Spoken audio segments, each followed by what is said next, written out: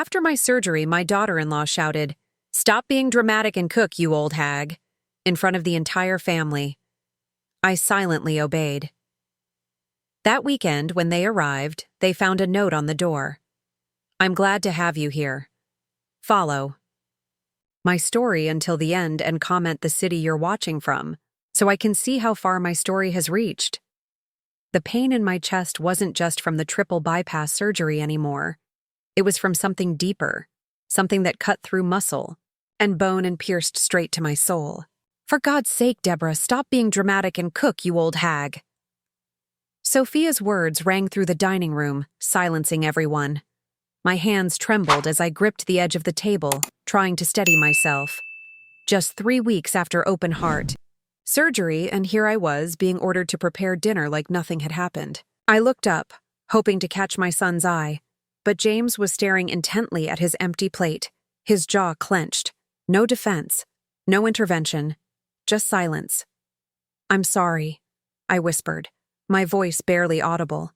"The doctor said I should take it easy. For at least 6 weeks." Sophia rolled her eyes dramatically. "We've all heard enough about your surgery. James works 60 hours a week and I've been handling the kids alone. We came here for a nice dinner, not to hear more complaints." I looked around the table at my grandchildren, Emma and Tyler, ages 10 and 8, their eyes wide with discomfort. My brother Robert and his wife Patricia sat frozen, exchanging uncomfortable glances. This was supposed to be a small celebration of my recovery, but it had turned into another opportunity for Sophia to put me in my place. With effort that sent shooting pain across my chest, I pushed myself up from the chair. "I'll get dinner started," I said, shuffling toward the kitchen. As I passed behind James, I placed my hand lightly on his shoulder. He flinched slightly, but didn't look up.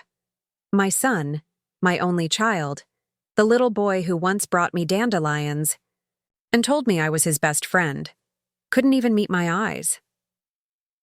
In the kitchen, I moved slowly, gathering ingredients for a simple pasta dish. My hand shook as I filled a pot with water. The surgical scar on my chest burned with every movement. The doctor had been clear. No lifting, no exertion, plenty of rest. But what choice did I have?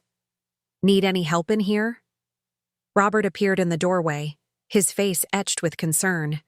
"I'm fine," I lied, the automatic response I'd perfected over years of making myself smaller, less troublesome, less visible. "Debbie, that was completely out of line. You should be resting, not cooking for that." "Please, Robert," I cut him off, glancing nervously toward the dining room. "Let's not make things worse," he sighed, grabbing a cutting board. "You can't keep letting them treat you this way."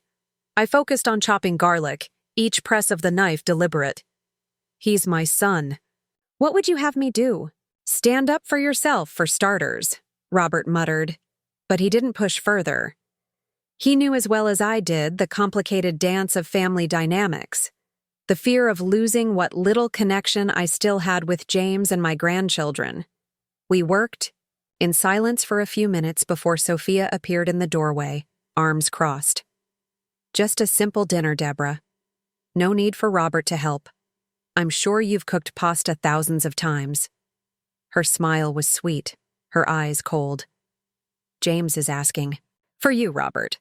Something about the game last night?" Robert hesitated, looking at me. "Go ahead," I said quietly. "I've got this." After he left, Sophia lingered, watching me struggle to lift the pot of water onto the stove. She made no move to help. "You know," she said conversationally, "James was really hoping for your lasagna. The kids have been talking about it all week." My heart sank.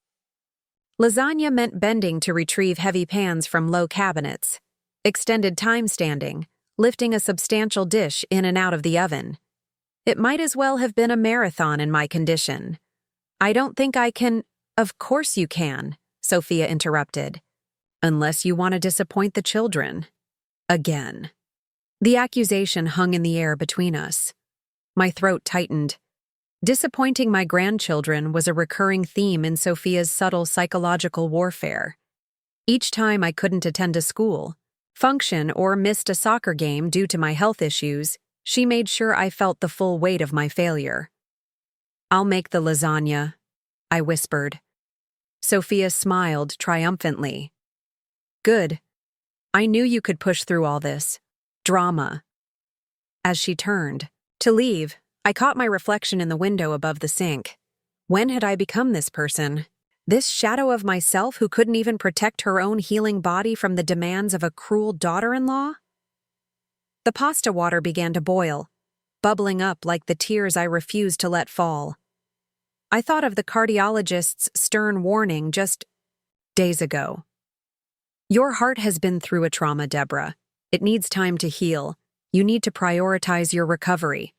But as I bent painfully to retrieve the lasagna pan, I realized that my heart had been through much more than just surgical trauma. Years of subtle cruelty, of diminishment, of watching my son become someone I barely recognized. That was the deeper wound. And for the first time in 7 years, standing alone in that kitchen with pain radiating through my chest, I wondered if this wound could ever heal as long as I remained trapped in this role I'd been assigned. The role of the convenient grandmother, the unpaid cook and cleaner, the woman whose feelings and health were inconveniences to be overcome. Something had to change. And as I layered noodles and sauce with trembling hands, I made a decision that would alter everything. I couldn't sleep that night. The pain medication should have knocked me out, but my mind kept replaying Sophia's words over and over.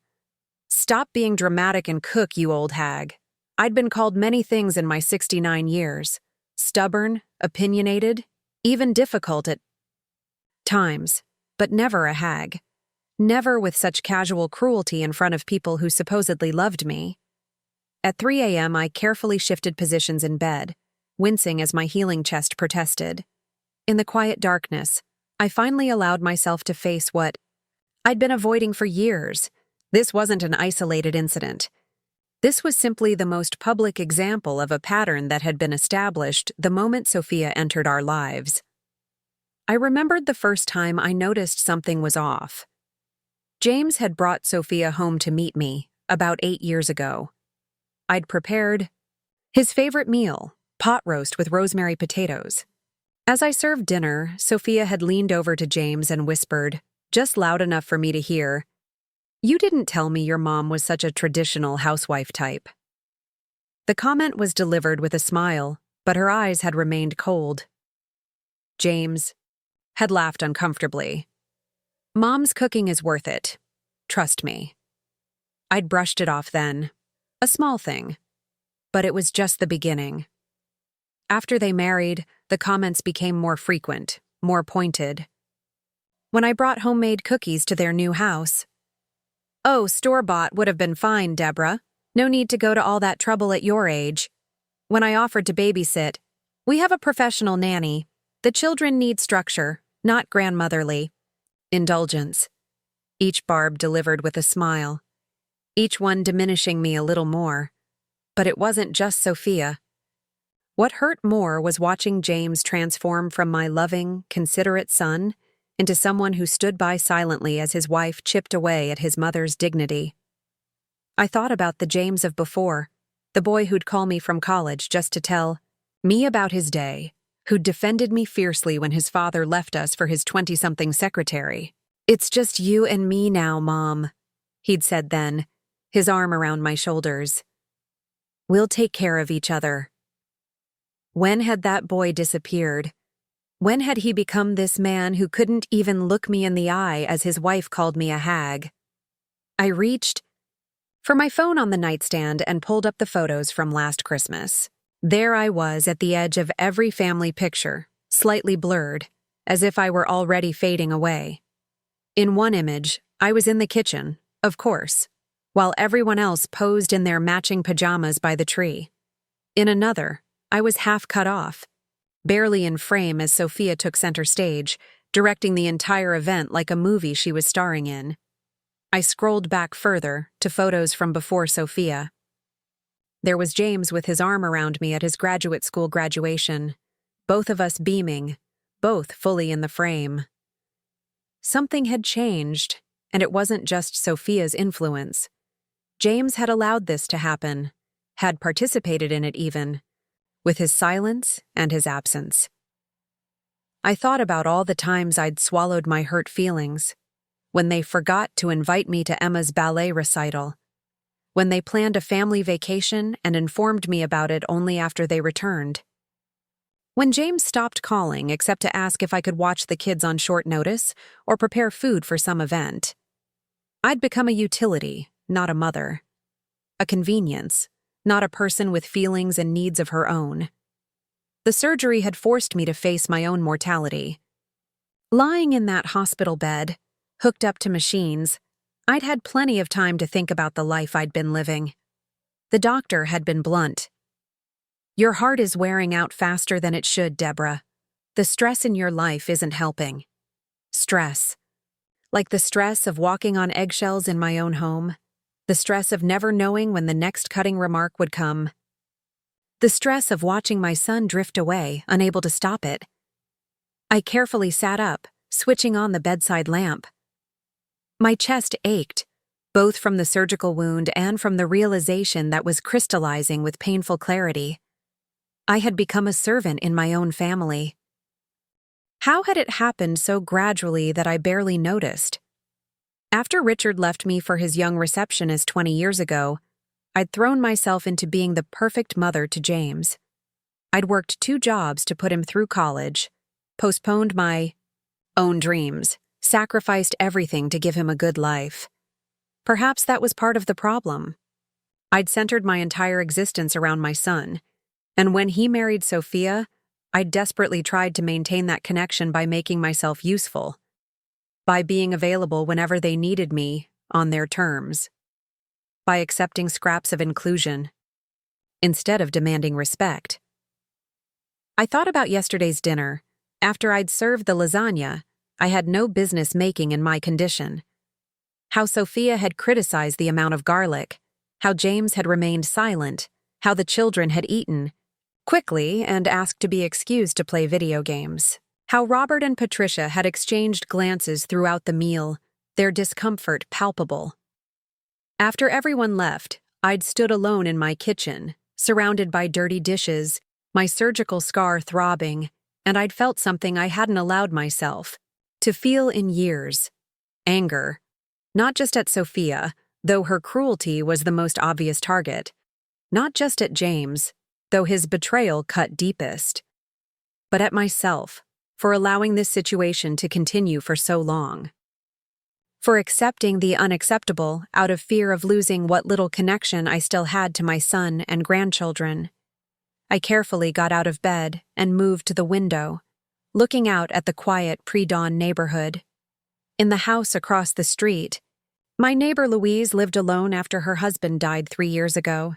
Everyone had worried about her, but lately she seemed to be thriving. She'd joined a book club, taken up watercolor painting, even started dating a gentleman from her church. Louise had rebuilt her life on her own terms. Maybe it was time I did the same. I turned from the window, my decision forming with surprising clarity. I was done being an afterthought, a convenience. Done sacrificing my health and dignity for people who couldn't even see me as a human being worthy of basic respect. The realization should have terrified me. Instead, it filled me with a sense of calm purpose I hadn't felt in years. Tomorrow, I would call my doctor and be honest about my recovery, and then I would start making plans. Not for revenge or confrontation, I was too tired for that, but for something much more powerful, reclaiming my own life. My gaze fell on the family photo on my dresser, James, Sophia, and the kids at the lake last summer. I wasn't in it. I'd taken the picture. It was time to step back into frame, on my own terms. The waiting room at Dr. Morgan's office was quieter than usual that Tuesday morning. I sat with my hands folded in my lap, trying to ignore the persistent ache in my chest. Not just the physical pain from my surgery, but the deeper ache that had taken up residence since that family dinner 3 days ago. Deborah Winters? The nurse appeared at the doorway, clipboard in hand, her smile warm. Dr. Morgan will see you now. I followed her down the hallway, my steps measured and slow. The nurse, Patty, according to her name tag, noticed my careful movements. "Still having pain with walking?" she asked, slowing her pace to match mine. "A little," I admitted. "More than I expected, this many weeks out." Dr. Morgan was reviewing my chart when I entered the examination room. He looked up, his brow furrowing, slightly as he observed me easing myself onto the examination table. "How are we feeling today, Deborah?" he asked, setting the chart aside. For a moment, I almost gave my standard answer. "I'm fine." The words I'd been trained to say no matter. What was happening? The words that had allowed everyone around me to ignore my needs for years. But something stopped me. "Not great, actually," I said quietly. "The pain is worse than it was last week." Dr. Morgan's eyebrows shot up. In the 15 years he'd been my cardiologist, I'd never complained. Not when I was diagnosed with heart failure, not during the endless tests, not even when I woke up from open heart surgery. "Tell me about the pain," he said, pulling his stethoscope from around his neck. As he conducted his examination, I described the sharp, stabbing sensation that came with certain movements, the persistent ache behind my sternum, the fatigue that seemed to be getting worse, not better. "Have you been following the recovery protocol?" he asked, frowning as he listened to my heart. "No lifting, no exertion, rest periods throughout the day?" I hesitated. "I've been trying." He pulled back, fixing me with a stern look.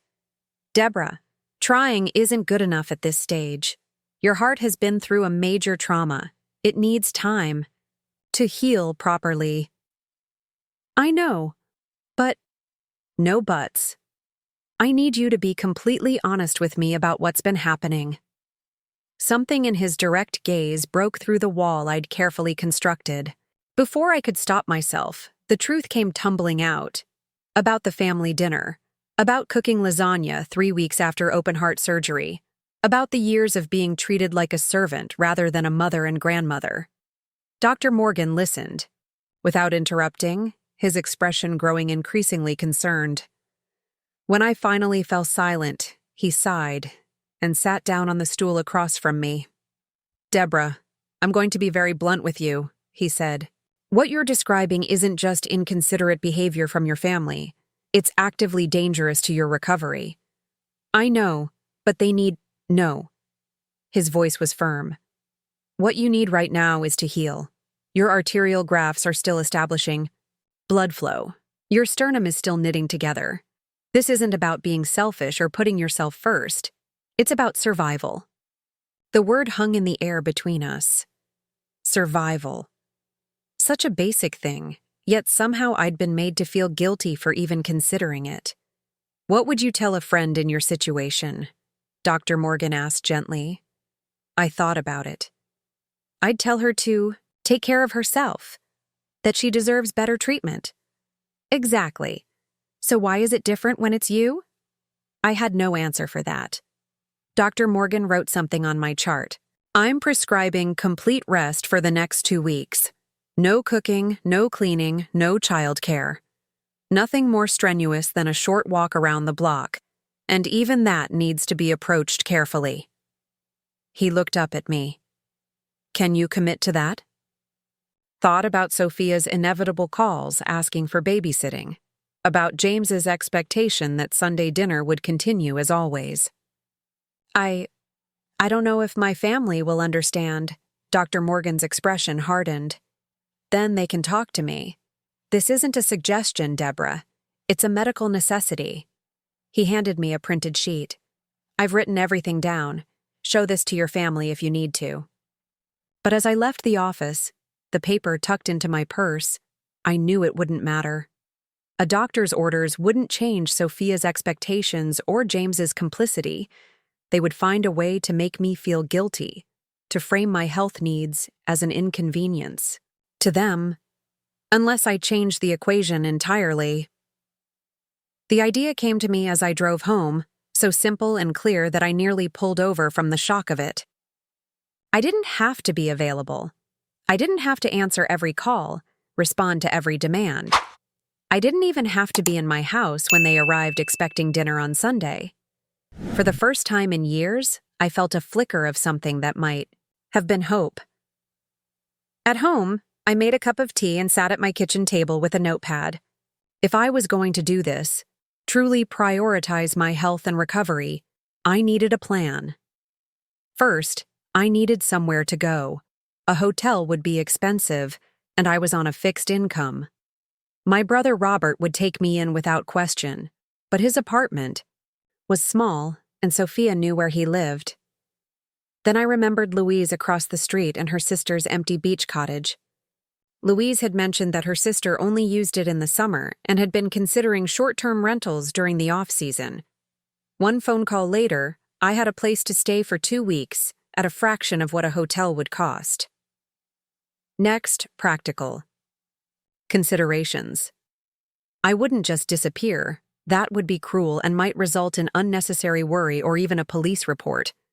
No, I would leave clear instructions. Prepared meals in the freezer with detailed heating instructions. A note explaining my absence. My cell phone on and with me, though I might be selective about which calls I answered. I looked down at my list, surprised at how methodical it was. How calm. This wasn't an emotional reaction. It was a carefully considered act of self-preservation. I spent the rest of the day preparing. I cooked simple meals that could be easily reheated and labeled each container with instructions even. James couldn't misinterpret. I packed a small suitcase with essentials, nothing that would be immediately noticed missing from my home. I wrote and rewrote the note I would leave on the door, trying to strike the right balance. Firm but not angry, clear but not confrontational. By evening, I was exhausted but satisfied. I had a plan. For once, I was putting my needs first. Not out of selfishness, but because no one else was going to do it for me. That night, as I lay in bed, I felt a strange sense of peace despite the enormity of what I was about to do. For years, I had defined myself by what I could provide to others. Now I was choosing a different path. My heart seemed to beat more steadily at the thought. Sunday morning dawned clear and bright, sunlight streaming through my bedroom curtains. For a moment, I lay still, listening to the familiar sounds of my home, the gentle hum of the refrigerator, the distant chirping of birds in the backyard maple tree. This house had been my anchor for 30 years. The place where I'd raised James, where I'd rebuilt my life after Richard left, where I'd hosted countless family gatherings. Today, I was walking away from it all. Not forever. I wasn't dramatic enough for that kind of grand gesture. Just long. Enough to make my point. Long enough to heal, both physically and emotionally. I moved carefully through my morning routine, mindful of Dr. Morgan's warnings about overexertion. The pain in my chest was slightly better this morning, which I took as a good sign. My body was trying to heal. It was time I gave it the chance. Louise arrived at 9, as promised, her practical sedan idling quietly in my driveway. "Are you sure about this, Deborah?" she asked as she helped me carry my small suitcase to her car. "It's not too late to change your mind." I looked back at my house, at the garden I'd tended so carefully over the years, at the porch swing where I used to rock James to sleep on summer evenings. "I'm sure," I said quietly. "It's only for 2 weeks, and it's necessary." Louise nodded, understanding in her eyes. She'd been there the day after the disastrous family dinner, had seen the lasagna pan soaking in my sink, had noticed my labored breathing and the way I winced with each movement. She hadn't said anything then, but her silent support had meant everything. "The cottage is all set up," she said as we drove. "Sarah stocked the fridge and left some of her books. She remembered you like mysteries. The neighbor 2 doors down has the spare key if you need anything, and I'll check on you every few days." I felt a lump form in my throat at her kindness. When was the last time someone had considered what I might need or want? When was the last time I'd been the recipient of care rather than the provider of it? Thank you, I whispered, not trusting myself to say more. The beach cottage was perfect, small and cozy, with large windows overlooking the water. It was the off-season, so the beach was nearly deserted, just a few dog walkers in the distance. The quiet felt like a gift after years of constant availability. There's a landline if you need it, Louise explained, showing me around. Cell reception can be spotty, and I wrote down the address for the urgent care center just in case. I'll be fine, I assured her, though we both knew that wasn't a given, considering my recent surgery. After Louise left, I stood on the small deck, breathing in the salt air. I felt simultaneously lighter and heavier. Lighter from the relief of stepping away. Heavier from the knowledge of what awaited me at the end of these 2 weeks. There would be anger, recriminations, guilt trips. But for now, for these precious days, I was free. Back at my house, the note I'd carefully crafted was taped to the front door, where James and Sophia couldn't miss it when they arrived for the expected Sunday dinner. Dear James, Sophia, and children, I'm taking some time away to focus on my recovery, as per my doctor's strict orders. I need complete rest for the next 2 weeks. There are prepared meals in the freezer with heating instructions on each container. Sunday's dinner is labeled and ready to be warmed at 350 degrees for 45 minutes. I love you all and will be in touch soon. Mom, Grandma, Deborah. Simple. Direct. No accusations, no drama. I imagined them arriving, the children running ahead as usual, Sophia carrying whatever trendy dessert she'd picked up from the bakery near their house, James bringing up the rear with his perpetual distracted expression. I pictured their confusion upon finding the note, Sophia's irritation, James's furrowed brow. What would they do? Turn around and go home? Let themselves in and heat up the prepared meal? Call me in concern or anger? I didn't have to wait long to find out. At precisely 5:15 p.m., my phone began to ring. Sophia's name flashed on the screen. I let it go to voicemail, my heart pounding despite my resolve. The second call came 3 minutes later. James this time. Again, I let it ring through. Then, the text started. Mom, where are you? We're at the house. James. Deborah, this is extremely inconsiderate. We planned our entire day around this dinner. Sophia. Mom, are you okay? Should we be worried? James. The kids are hungry and disappointed. I hope you realize how selfish this is. Sophia. I read each message, noting with a detached sort of interest how quickly Sophia's tone escalated from annoyance to accusation. James, at least, showed some concern for my well-being, though it came second to his confusion over the disrupted routine. Not once did either of them mention my surgery or recovery. Not once did they acknowledge that perhaps I needed this time away. It was all about their inconvenience, their expectations, their disappointment.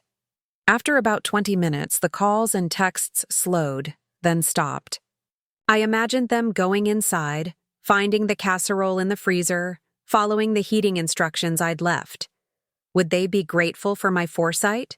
Or resentful that they had to handle this small task themselves? Just as the sun was setting, over the water, casting long golden reflections across the waves, my phone rang again. This time, it was Robert. Are you okay? He asked without preamble when I answered. James called me, frantic. Said you'd disappeared and left a cryptic note. I couldn't help but laugh at the characterization. I'm fine, Robert. And the note wasn't cryptic. It was quite clear. I'm taking some time to recover as my doctor ordered. Where are you? Somewhere safe and quiet, I said, not ready to share my location even with him. I'll be back in 2 weeks. Robert was silent for a moment. Good for you, Debbie, he said finally. It's about damn time. You're not worried? About you? No. You're the most capable person I know. I'm more worried about James and those kids being able to fend for themselves without their personal chef and housekeeper. His bluntness made me wince, but he wasn't wrong. They'll manage.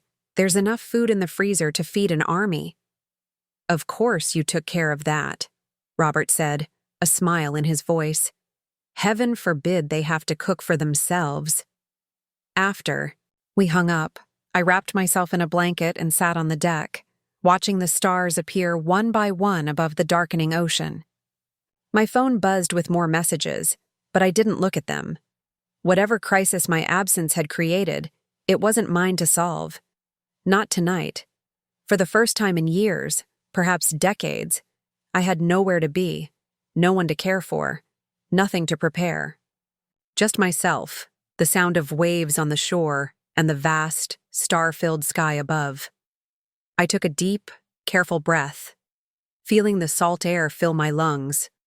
My chest still ached, but it was a clean pain now, the pain of healing, not the pain of being, constantly torn open by careless words and thoughtless demands. This, I realized, was what freedom felt like. Not the absence of responsibility, but the presence of choice. I had chosen this solitude, this peace, and no matter what happened when I returned home in 2 weeks, no one could take this moment away from me. I pulled the blanket tighter around my shoulders and smiled into the darkness. Let them figure it out for themselves. I had my own healing to focus on. The first 3 days of my self-imposed retreat passed in a kind of blissful haze. I slept more deeply than I had in years, lulled by the rhythmic sound of waves against the shore. I read the mystery novels Louise's sister had left, losing myself in stories where problems were solved neatly by the final chapter. I sat on the deck for hours, watching seagulls wheel and dive, feeling the tension gradually seep from my body. On the 4th day, reality intruded. My phone, which I'd been checking only once a day, exploded with notifications when I turned it on after breakfast. 17 missed calls, 23 text messages, 5 voicemails. Most were from James and Sophia, their tone evolving from irritation to anger, to a kind of desperate bewilderment. The latest, sent just an hour ago, made my hands tremble slightly as I read it. Mom, this has gone on long enough. We're genuinely worried about you. If you don't respond today, I'm filing a missing person report. James, I stared at the screen, a complex mixture of emotions washing over me. Part of me was touched that he was worried. Another part was indignant. I'd clearly stated in my note that I was taking time to recover. I wasn't missing. I was deliberately absent. But the largest part of me was simply tired. Tired of being the only one who considered others' feelings. Tired of being taken for granted. Tired of the constant, one-sided giving. With a sigh, I typed out a response. James, I am fine. As I said in my note, I'm taking 2 weeks to rest and recover, as per doctor's orders. I will be home on Sunday the 22nd. There is no need for concern or for a missing person report, Mom. I hesitated, then added, P.S. How was the casserole? His response came almost immediately. Where are you? We've been worried sick. This isn't like you. I smiled wryly at that. What did he mean by, this isn't like you? That standing up for myself wasn't like me? That prioritizing my health wasn't like me? He was right, of course. It wasn't like the me I'd been for the past decade.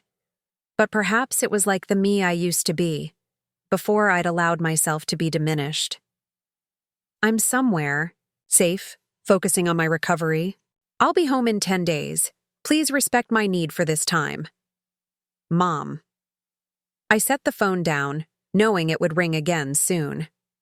Sure enough, barely a minute passed before James's name flashed on the screen. This time, I answered, Mom. Where are you?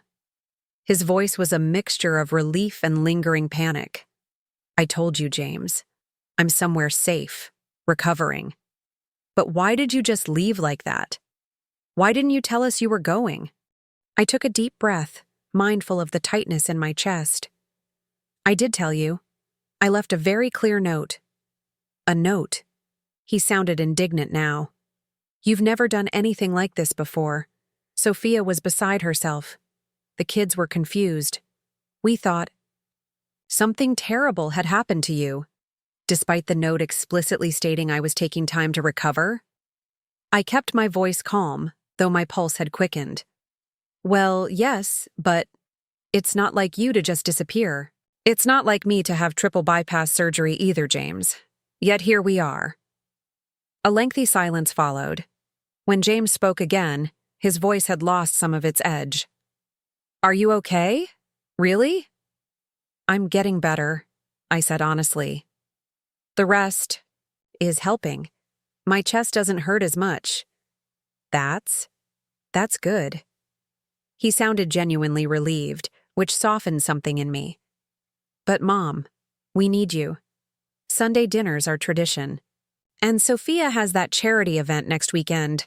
We were counting on you to watch the kids. And just like that, the softness hardened again. Not, we miss you, or we're sorry for how we treated you. Just, we need you for the practical functions I provided. I won't be back until the 22nd, James. You'll need to make other arrangements. But Mom, no, James. I surprised myself with the firmness in my voice. I've given you clear boundaries. I expect you to respect them. Another silence, this one tense with his unspoken surprise. I had never spoken to him this way before. Fine, he said finally, his tone clipped. Call if you need anything. The irony of his offer wasn't lost on me. When had he last asked if I needed anything? Goodbye, James. Give my love to the children. I ended the call before he could respond, my hands shaking slightly. Standing up to my son shouldn't have been an act of courage, but it was. For years, I'd been so afraid of losing what little connection we had that I'd accepted scraps of attention, of affection. I'd allowed myself to be used rather than risk being discarded. No more.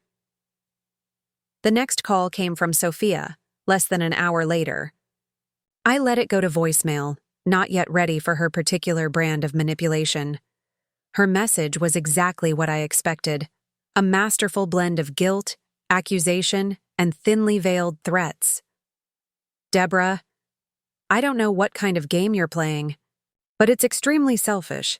James is worried sick. The children keep asking for you. And I had to cancel my hair appointment to stay home with them because you weren't there to babysit. Call us back immediately. I deleted the message without responding. Robert called that evening, his tone considerably warmer than the others. So, James finally reached you, he said when I answered. He called me in a state earlier. Said you refused to come home. I'm taking the full 2 weeks my doctor prescribed, I confirmed. Good for you. How are they handling it? I sighed, settling into the comfortable chair by the window. About as well as you'd expect. James is confused. Sophia is furious. They can't seem to grasp that I might have needs of my own. Robert chuckled. You've trained them too well, Debbie. Always available, always accommodating. This is probably the first time you've ever said no to them. His words stung with their accuracy. I didn't realize how one-sided things had become, I admitted. Or maybe I did, but I didn't want to face it. And now? I gazed out at the darkening sky, at the first stars appearing above the water. Now I know I can't go back to the way things were. I won't. That's my sister, Robert said, approval clear in his voice.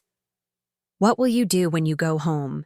It was the question I'd been avoiding, the reality waiting at the end of my temporary escape. I'm not sure yet, but I know things will be different. Over the next few days, the calls and messages continued. James's tone gradually shifted from confusion to resignation. Sophia's remained sharp with accusation. My granddaughter Emma sent a sweet text asking if I was okay and when I would be back, which brought tears to my eyes. I responded to her immediately, assuring her I was fine and would see her soon. The most surprising message came a week after my departure, from James's colleague Michael, whom I'd met at various company functions over the years. Deborah, I hope. You don't mind me reaching out. James mentioned you were away recovering. The office took up a collection for a fruit basket, but realized we don't have your current address. Could you let me know where to send it? We're all thinking of you. Michael, I stared at the message, a lump forming in my throat. My son's co-workers, people who barely knew me, had shown more consideration for my recovery than my own family. Something fundamental had shifted during my time away, and it wasn't just my perspective. The world had continued turning without me, at the center of my family's needs. They had managed, perhaps not smoothly, perhaps not happily, but they had managed. And I had discovered that I could exist for myself, not merely as an extension of their requirements. When I finally responded to Michael, it was with my home address and a note that the basket could be delivered there on the 22nd, when I returned. I was done hiding, done running. I was ready to face whatever came next. 6 months can change everything or nothing at all. In my case, it was somewhere in between. I returned home on the exact date I'd promised, Sunday the 22nd. The house was quiet, undisturbed. No one waiting, no one watching for my arrival. I hadn't told them exactly when I'd be back, just the day. The fruit basket from James's colleague sat on the front porch, a cheerful note attached wishing me a speedy recovery. I brought it inside, touched by the gesture from relative strangers. As I moved through the rooms, I was struck by how unchanged everything was. The same furniture, the same photographs, the same view from the kitchen window. Yet I was different. 2 weeks of solitude and reflection had shifted something fundamental within me. When my phone rang at 4:30 p.m., I wasn't surprised to see James's number. "We're on our way," he said without preamble when I answered. "Should be there in about 20 minutes. No. Are you home? No. How are you feeling? Just the assumption that I would be there, waiting, Sunday dinner ready as always." "I won't be cooking today, James," I said calmly. "I only got home a few hours ago." A pause. "Oh, well, we can pick up something on the way. Do you need anything?" The question so belatedly offered almost made me laugh. "No, thank you.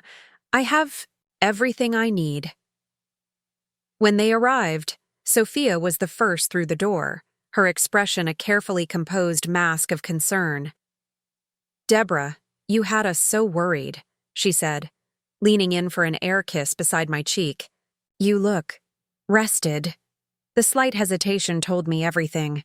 She'd expected to find me diminished somehow, weakened by my time away. Instead, I stood straight-backed and clear-eyed, no longer the fading woman who had left 2 weeks earlier. James, followed with the children, Emma rushing forward to hug me with genuine affection. "Grandma, we missed you." "I missed you too, sweetheart," I said, returning her embrace carefully, mindful of my healing chest. Tyler hung back, uncertain, until I opened my arms to him as well. "Did you bring us anything?" he asked as he hugged me, the innocent selfishness of childhood.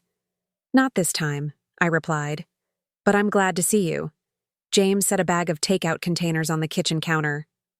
"We brought dinner," he said, his tone cautious, as if uncertain of his reception. "Chinese from that place you like." "Thank you." I smiled, genuinely appreciative of the gesture, small as it was. "Let's eat in the dining room." As we settled around the table, I could feel their eyes on me, assessing, wondering. What had changed? What would be different now? "So," Sophia began, her tone falsely bright. "Are you fully recovered now? Back to normal?" I took a sip of water, considering my response. My recovery is progressing well, but it's a long process. The cardiologist says it will be 6 months to a year before I'm completely healed. A year? Sophia's dismay was palpable. But you'll be able to watch the children next weekend, won't you? I have that charity luncheon, and the sitter canceled. James shot her a warning look, but it was too late. The request, or rather the assumption, had been made. I'm afraid not, I said, my voice gentle but firm. My doctor has restricted my activities. No childcare until I'm further along in my recovery. Sophia's mouth tightened. But no exceptions, I cut in, still smiling. Doctor's orders. A tense silence fell, broken only by the children's oblivious chatter about school and friends. I ate my food calmly, no longer anxious about the disapproval radiating from my daughter-in-law. We missed your cooking, Mom, James said finally, an olive branch extended in the midst of the tension. The freezer meals were good, but not the same. I nodded, acknowledging the compliment without rushing to fill the silence that followed. Once I would have immediately offered to cook their favorites next weekend, to come over and prepare meals for their freezer, to do anything to smooth over the awkwardness. Not anymore. How was the beach? Emma asked, surprising me with her perception. Daddy said you were staying near the ocean. It was beautiful, I told her. Peaceful. I watched the sunrise every morning. Can we go sometime? Tyler piped up, momentarily looking up from his sweet and sour chicken. I'd like that, I said, smiling at him. Maybe when the weather gets warmer. Sophia's expression darkened, but she said nothing. She didn't need to. I could read her thoughts clearly. Plans were being made without her approval, connections forming that bypassed her careful control. After dinner, as James helped the children clear the table, a task they had never done before in my home, he asked the question I'd been waiting for. So what now, Mom? Are you back for good? I met his gaze steadily. I never left for good, James. I just took the time I needed to heal. I paused, choosing my words carefully. But things will be different going forward. He frowned slightly. Different how?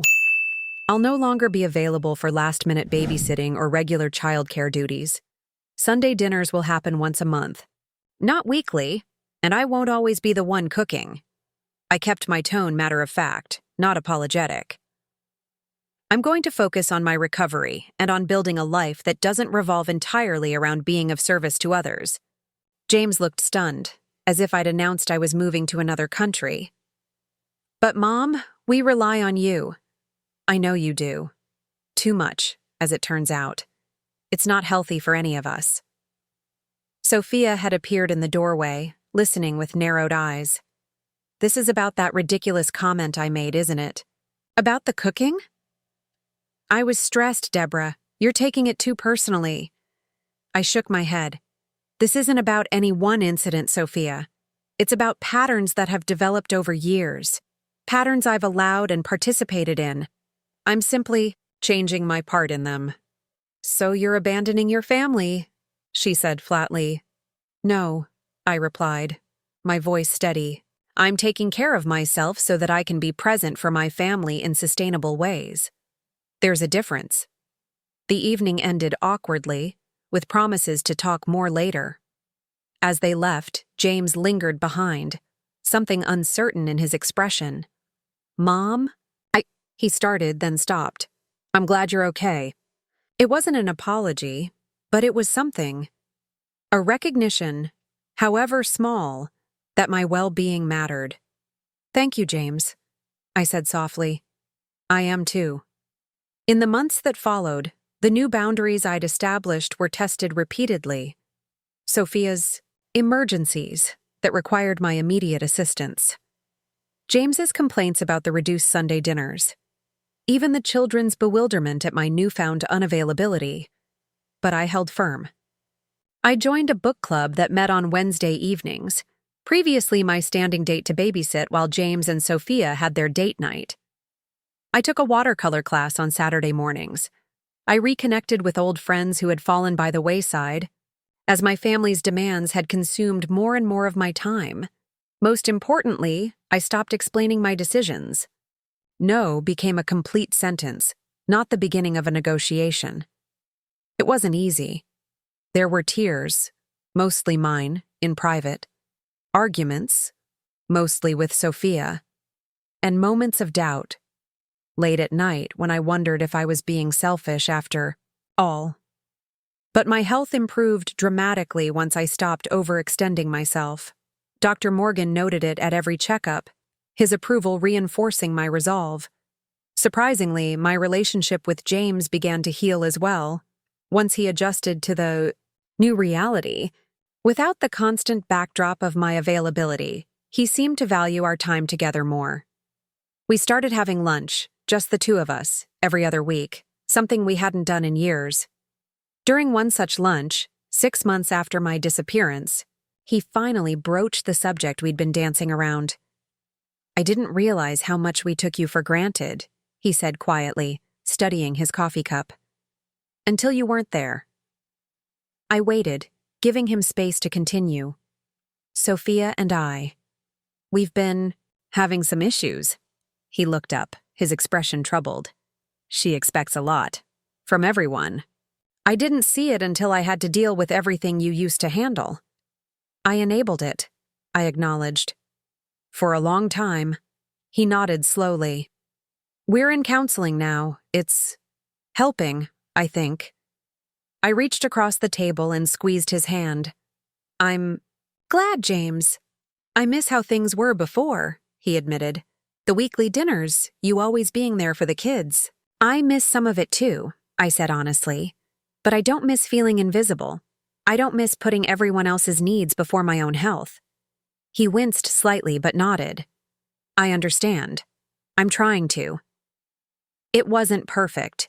Sophia still treated me with cool disdain at family gatherings. The children still sometimes complained that I wasn't as fun as before. There were still moments when I doubted my choices, when the pull of old patterns felt almost irresistible. But then I would look at my calendar, filled now with my own appointments, my own interests, my own life, and I would remember that beach cottage and the woman who had found her voice there. The woman who had finally realized that taking care of herself wasn't selfish, it was necessary. 6 months after my heart surgery, I wasn't just surviving, I was living, and that made all the difference. Now I'm curious about you who listened to my story. What would you do if you were in my place? Have you ever been through something similar?